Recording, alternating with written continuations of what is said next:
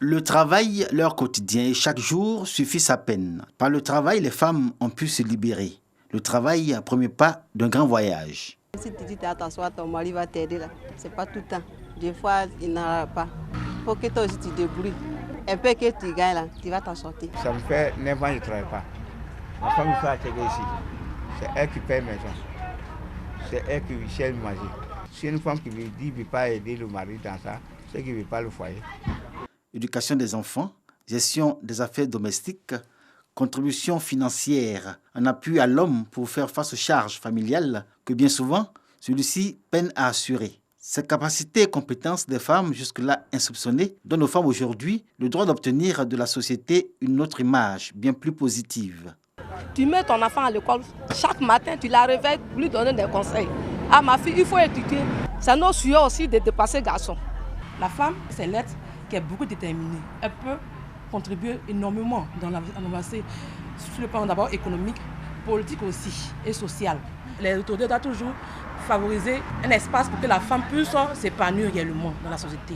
À 3 km de Yabayo, en direction de Soubré, le village de Zerbeu, une atmosphère de funérailles enveloppe le village. Les femmes sont en première ligne dans les rituels car, selon la tradition en pays BT, les funérailles sont un moment de démonstration de leur capacité à répondre aux exigences de la tradition en termes de présence financière. Quand je vais au funérailles, je vais au village. Je ne peux pas participer parce que je n'ai pas les moyens, je n'ai pas de considération, parce que je n'ai rien.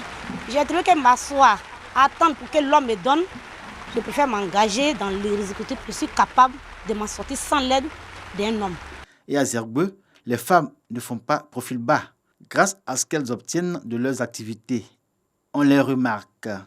Et chose frappante dans cette société où la vie de la femme ne comptait guère, elles ont droit aujourd'hui à la parole sur toutes les questions touchant à la vie socio-économique du village. Même avant, nos parents, elles n'avaient pas droit à une portion de terre dans le village. Mais avec le développement, nous sommes obligés de leur donner. Quand il faut le manioc, ils le vendent. Ils mettent l'argent à leur compte. Voilà. Donc ça fait partie du développement du village.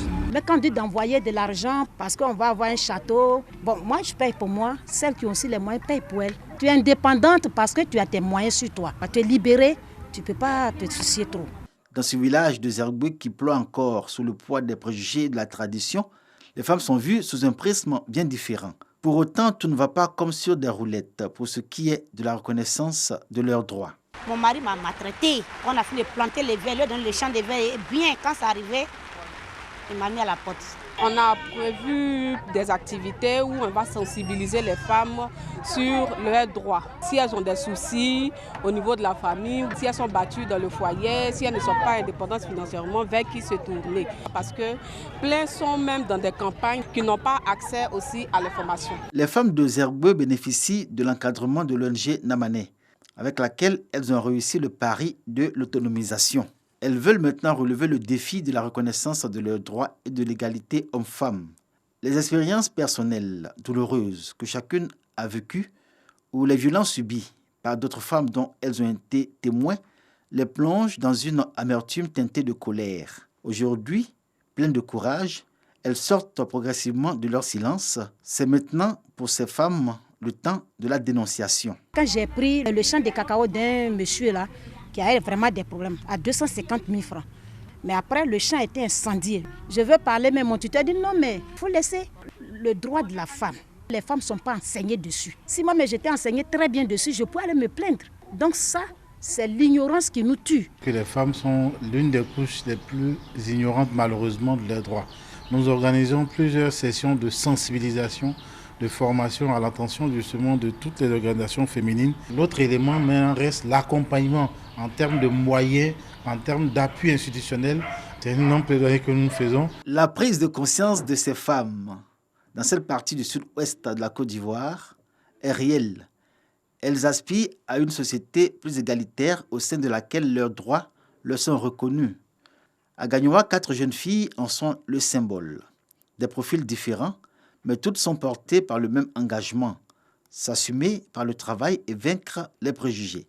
L'ONG Namané se fait fort de les accompagner dans cette quête légitime.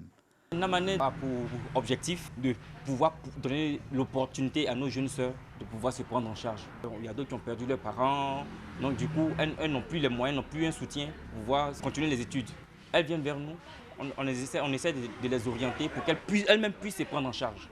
J'étais en quête d'emploi et je suis rentrée en contact avec l'ONG Namané. C'est ainsi qu'elle m'a trouvé le premier emploi dans un collège à Gagno ici. Hier sans emploi et aujourd'hui enseignante dans un collège privé à Gagnoa, Estelle est commerçante à ses temps libres.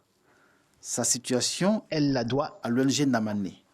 L'organisation non gouvernementale a également permis à d'autres jeunes filles à Gagnoa d'arriver à l'autonomisation. Exemple, Séverine, bachelière qui n'a pu s'inscrire dans une université ou une grande école faute de moyens. Nous la rencontrons en soirée au quartier Zapata. La jeune fille a trouvé un emploi de promotrice d'une marque de boissons. Elle fait fi des préjugés pour se concentrer sur son boulot. L'essentiel, dit-elle, c'est de ne pas dépendre d'un homme ou de son copain pour assurer son quotidien. Le temps de reprendre ses études.